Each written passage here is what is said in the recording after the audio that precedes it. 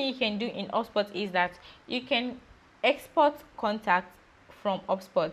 So for instance, when you click on export, yeah, you can export all of your contacts, and you can decide to export them in a CSV file or any of this formats in here. And you can decide to change the language of your column headers if you want to use English, if you want to use French, or whatever it is you want to use.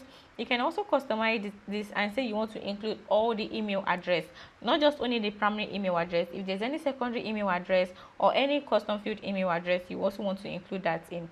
So when you click on export, it is going to export all of your data from your CRM. So this should actually be done, especially if you want to be able to back up your data so as not to allow you lose contact or lose lead. It's very, very good when you back up all of your data and store them in one particular place.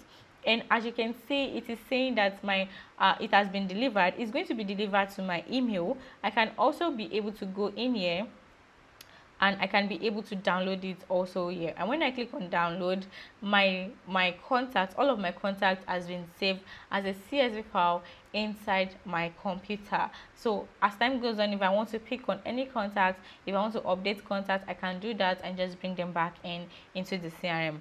Okay. So that is for export. So if you enjoyed this lesson up until the end, I want to say a very big thank you for watching this.